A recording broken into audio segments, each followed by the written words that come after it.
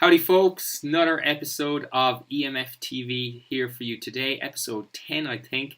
I'm delighted to have the lovely and incredibly knowledgeable Bethan Riordan of Resilient Minds Blarney, who is a client of the gym and is also doing some pretty fantastic work in Blarney with mindset and kind of children counselling, all that kind of stuff. So Bethan, over to you. You can explain what you do and how you ended up in Blarney. I will do. Thank you for having me. So I'm Bethan, and I'm a psychotherapist, and I have a practice in Blarney. I've worked in kind of high-end mental health for the last 10 years. So working in addiction, suicide, self-harm, eating disorders, and why did I come to Blarney? I kind of wasn't expecting that question. Well, I came because, I think it was working in the system, and I think systems get very stuck in their ways, and I could see new ways. There's a lot of science proving how we can change the mind and how we can change the body and the mind together and how they're intrinsically linked. And I guess I got a bit fed up of working in the system that I felt didn't support that theory. And for me, I guess that's why I'm so interested in the work you do as well. The body and mind are so linked together that you cannot work with one without working at them both. Otherwise, you're kind of hitting your head off a brick wall. So after the last few years of hitting my head off a brick wall, I decided just to go for it by myself. Brilliant. So yeah, that's me. Was that academia or government, HSC or NHS that you were previously working in? God, I don't want to get sued.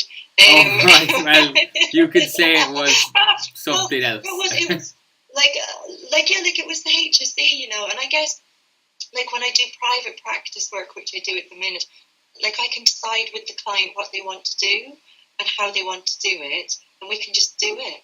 I don't have to go through a board. I don't have to wait for someone to pass something, and because they haven't done this training, or perhaps they don't read the things that I do, they might not know it. And then you have to spend months proving to them why something works. And, by then the client's either gone or they're in a bad way or, and I got kind of tired of that, really. And I do think things need to change. Like the body and the mind are so linked. We have to appreciate that and recognise that more and just do our best with the knowledge that we have. Absolutely. So who are the people that you work with and why do they come to you? I work with teenagers and I work with parents and I work with just the general walking wounded as well. Like people come, I guess, because the work I do is a little bit different to your average psychotherapy work. Like I'm really interested in the brain and I'm really interested in evolution and I'm really interested in the brains we've got are very, very tricky. We're all predispositioned to very difficult things happening in our brain because our brain functions are generally all the same. So we're all predispositioned to very tricky things like anger, depression, anxiety, guilt, and shame. And those things mixed together are like our dark side. Like I always say to everyone, if you don't have a dark side, if you don't have secrets you don't want anyone to know, you're probably not human. So you're welcome to come and work with me on all those things that you don't want to tell anyone else, and you probably don't want to tell me either. But we can work on how you can work on relating to them in a more helpful way. Because the tricky thing is, like, our brain gets caught up in loops in the mind. It gets caught up in ruminating on things, and that can be very dangerous for us. And see, like the front bit of our brain here, the prefrontal cortex, it does all the thinking for us.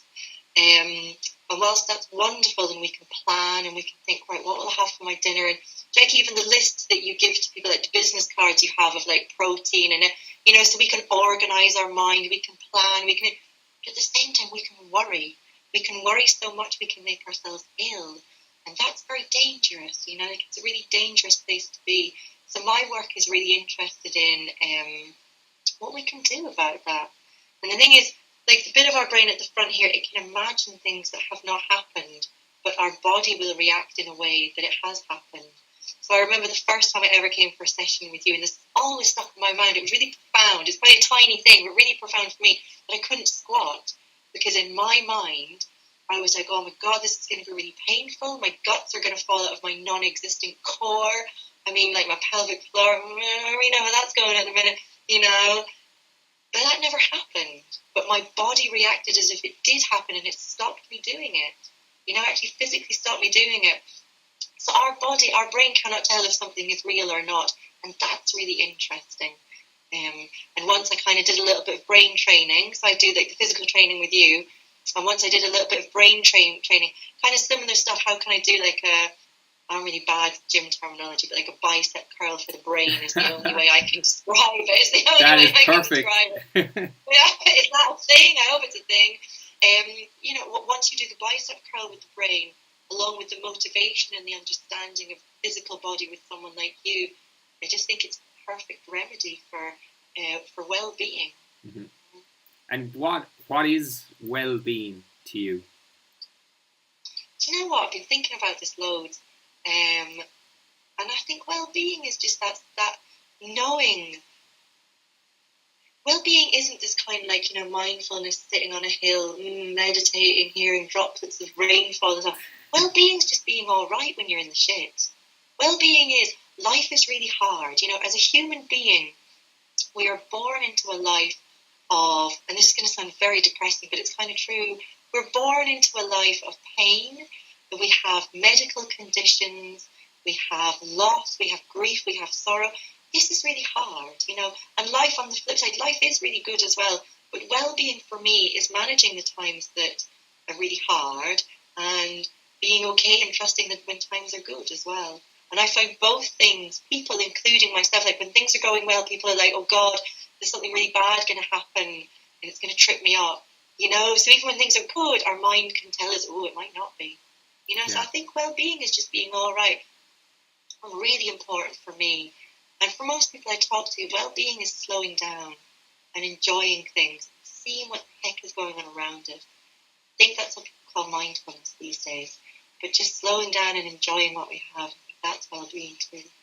And are you must be happy or encouraged to see, because I hear it from clients in the gym that their work environments or their corporations that they're dealing with are bringing in more mindfulness training, more corporate wellness, not just gym facilities, but bringing in people like yourself to speak to the staff and taking time out of their workday to become more mindful. Even I had someone yesterday work with a major corporation, said she did a training day on presence.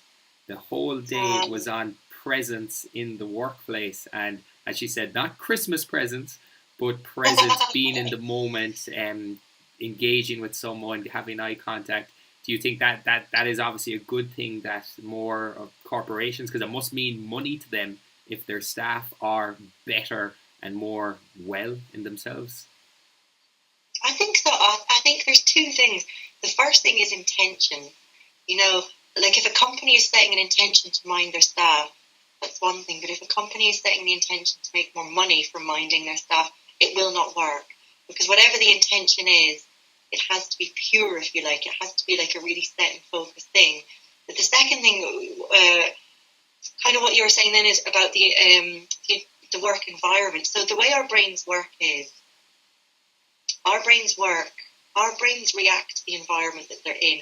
So if you and I were born into a drug family in Peru or something, we would not be the versions that we are today. And like that, if I came to your gym and you're the really kind Owen Murphy that you are, but if you were one of these like crazy shouting types Owen Murphy, it would be a really different experience.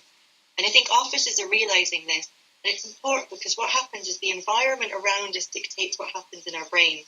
Now, evolution doesn't care if we're happy or not, it just wants us to stay alive. Mm-hmm. So that means that more often than not, we detect threat before we detect anything else. But our brains can't determine if, like, you're just a real bastard personal trainer, which you're not, but and like you're shouting at me, or if there's a saber-toothed tiger in the room. Our brains have no way of regulating that and deciding, well, actually, that's just that kind and that's just that. No way of regulating that whatsoever. And then when our brains go into that mode, our front bit of the brain starts imagining and thinking, it's like, oh my God, this is awful, I'm never going to be able to do my work, I won't cope. And then on top of that, we have the cortisol and the adrenaline sending all these fibers from the bottom of our body up to our head, and they perpetuate this loop in the mind.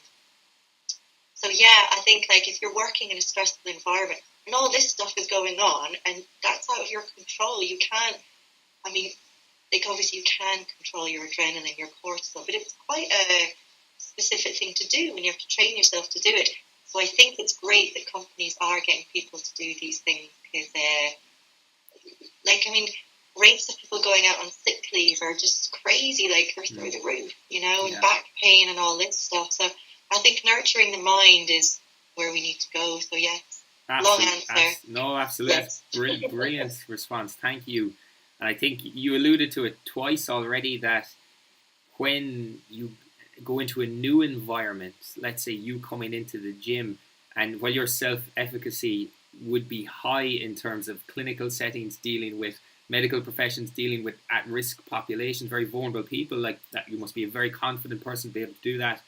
But when you come into such a new environment like the gym, when you don't know what to expect, and just the fact that you're there, you're admitting that you're not doing as much as you need to do or you feel you need to do. Like I need to be there, right? Absolutely. Yeah. Do you find so that it's extremely important that when someone does take on health and wellness or even mindfulness, that their first experience is ideally a very positive one so that their brain can recognize that and that the loop starts positively rather than negative, and then you need to fight that negative loop as well as the stress and the hardship of just initial starting of any new health and fitness program. Yeah, that's it. And I think the thing is, you know, you said it there, like anything new is tricky. You know, like whatever we do, even as adults, right, if I do something new, it's tricky. And then tricky things are going to make my heart beat faster. That's going to send more stress hormones through my body. So it is important that that first experience is positive. But I think one of the main things that we can do, all of us as human beings, is know that it will be, even if it is a positive experience, our brain is still going to try and detect threat. It's still going to go, oh my God, this is new, where's the saber-toothed tiger? So if that can be counteracted like an antidote with soothing things, with kindness, with, you know, you can look at someone with friendly eyes. You know, all these kind of things, what they do is they send a message to the other person's brain of, it's all right and you're safe. And for that person then, say, walking into a gym, like, I don't know if you've seen the film Inside Out, it's kind of like a kid's film, but they have all these different versions of us in our brain. Yeah. But like they have like the angry version, and the sad, the blue girl with the blue hair who's very sad, and they're always trying to shut her up, like always trying to shut her up. Yeah. So this is a really good image of what happens in our brain. Obviously, we don't have little people in our brain, but we have patterns in our brain. So people who have had more difficult experiences growing up, their brain will be more say they had a parent who shouted at them a lot, or if their mum had postnatal depression, or if they had all these things that are out of our control and out of the parents' control, because we do have a very tricky brain that tries to get us to do a lot of different things. But they will always be pre-wired to having this kind of, this threat detection system is really kind of firing at them. So what I say to people is, when anytime they enter a new thing, know that like when you're going to do something new, so choose what person you are going to become. Because if you imagine the person you are going to become, your body will respond. It's called a physiological response. I forget, our brain and body don't know the difference. So like if you're going to do something new, like I don't know what it is, like for bodybuilding stuff or whatever, do you know, like, but exactly all that stuff, like the bicep curl stuff, you know. But anyway, like, so anything anyone new does, I get people to imagine, so what would you look like if you had to do that thing and you knew that it was going to be really hard, but you were okay with it being really hard? What would you look like? How would you walk? Would you walk like this with your shoulders hunched, which only stimulates the threat system because this is what you do when you're going to get punched? Or do you walk kind of like this and you slow the way you talk and you take time to look at the things around you, and then a new environment isn't quite so scary? So you can have all these different parts of your brain going on at once, and you can forge out the one that I call the helpful part. Well, what does the helpful version of you say in all this? And that says different things, and that place can only say helpful things and not unhelpful things like, oh my God, I'm too fat to be in this gym, or I don't know what I'm doing, I don't know.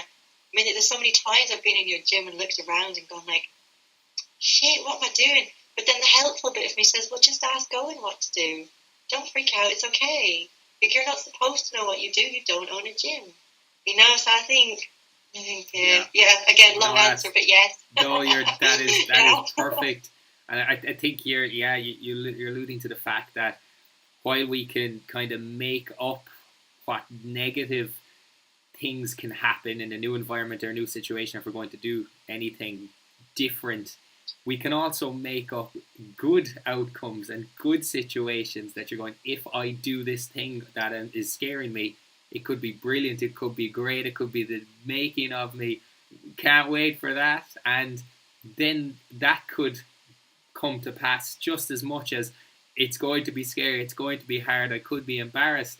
And there's an analogy I used to post, I haven't posted in a while, where you have two wolves in your mind, and on the left hand side there's the wolf of depression and fear and sadness and malice and vindictive behavior, and then there's the other wolf who's hope and passion and care and empathy and kindness, and they're fighting each other, and the one that wins is the one you feed.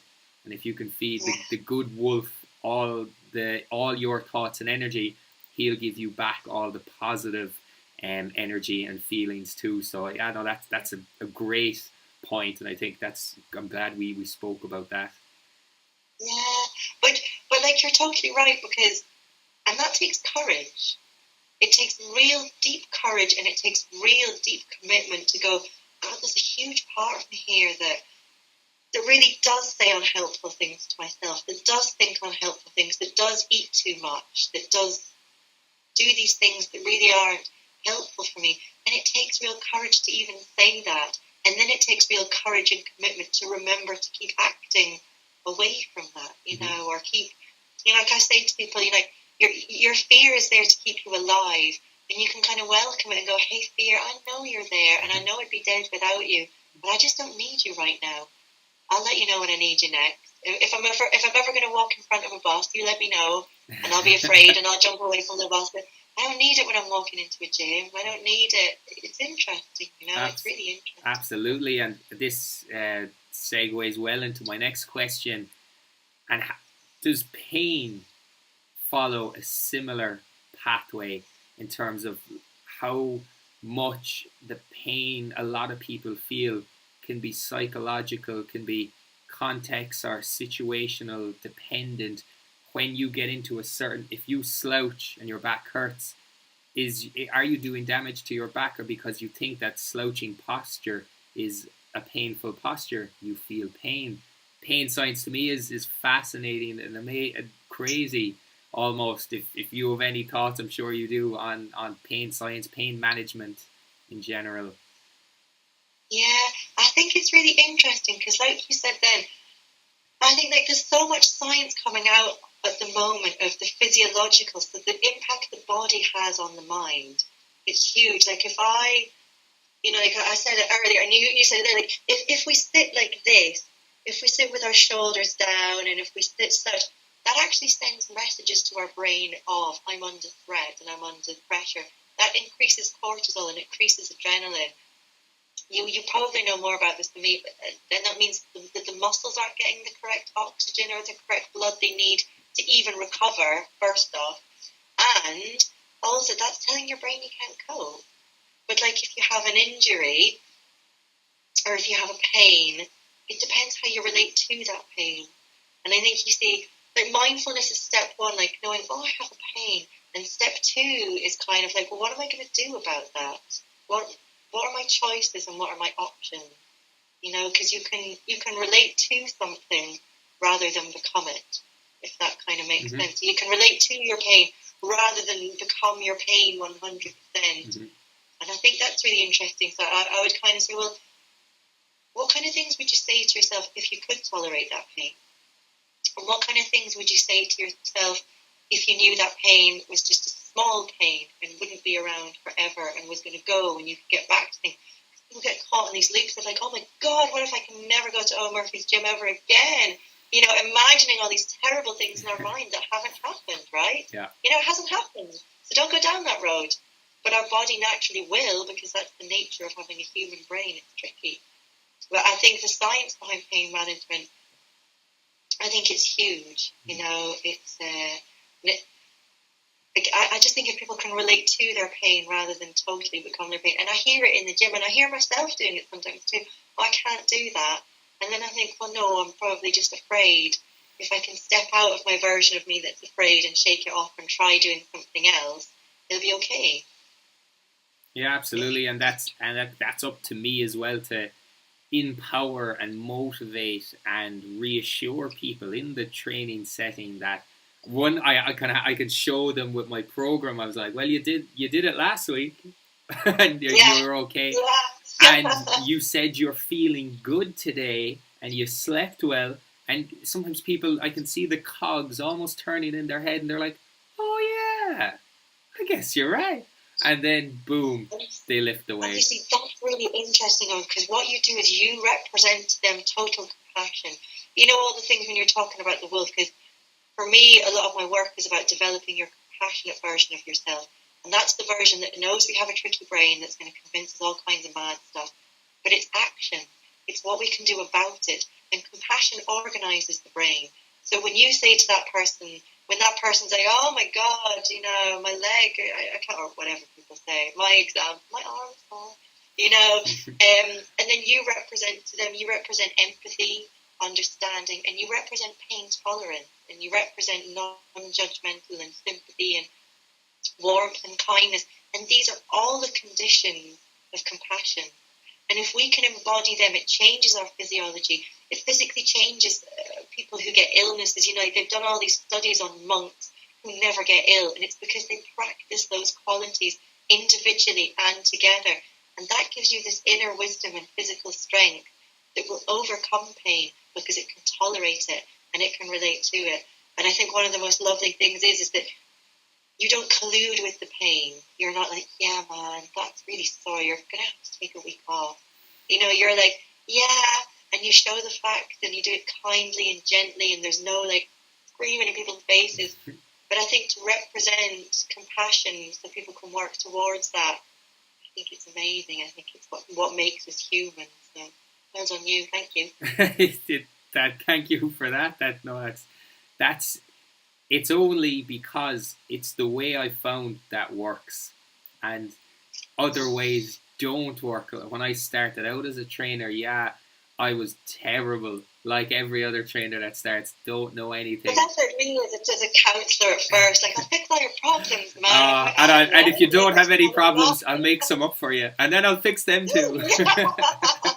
Yeah, sure. And look, exactly. It's only because we are as hungry today for knowledge and improving our own service as we were from day one, ensures that we stay humble and we stay open to things changing. Like, I know we've had discussions on nutrition before, and like back in the day, I was no carb, I was high fat, I was no chemicals and all this just weird stuff, and my opinions with the science are just uncovering evidence and science-based practice. Was I able to think, maybe in certain circumstances and situations and contexts that this is more appropriate than that, depending on the goal or my own makeup to be able to do these things. So that's the interesting thing, is to be able to stand back and have perspective, to have a context. It sounds kind of nuts, but to have a context for yourself. Because if you get caught up in the angry one or the drive system where we're like, go, go, go, go, go. If I have this, it's going to make things better. If I go, no carbs, high fat, no shit, all this. But to develop that context of warmth and understanding and curiosity, like, can I be curious about what I need without beating myself up, without kind of doing a number in my own head? And I think that's a really wonderful thing. So, well done. Sorry for interrupting. No, you're right. Like, it's a case of, and we've spoken about it, the threat response. I remember back in the day of years ago when I started out, my initial response to anyone questioning my thought process was, they're attacking me. And what do you do when someone attacks you? You go defensive, and you may attack back.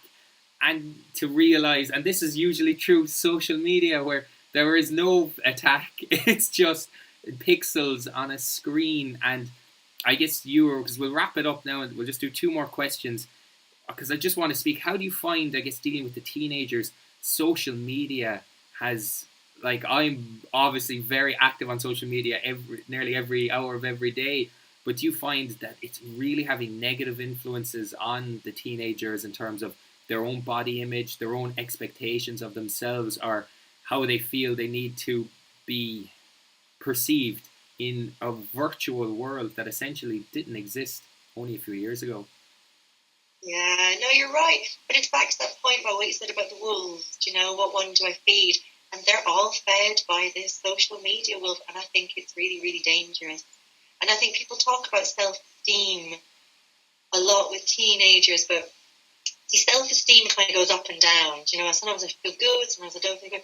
But if you can develop those qualities that you spoke about with that wolf around compassion, if you can develop empathy and understanding and distress tolerance and non-judgmental, then that's like having an inner ally in your mind. That's like that's like your Jedi move. That's like your ninja warrior. Like, it doesn't matter what life brings me. I've actually got this guy in my mind or girl who's on my side. And because it can manage pain, nothing I can do or say can make this version of me be anything other than helpful.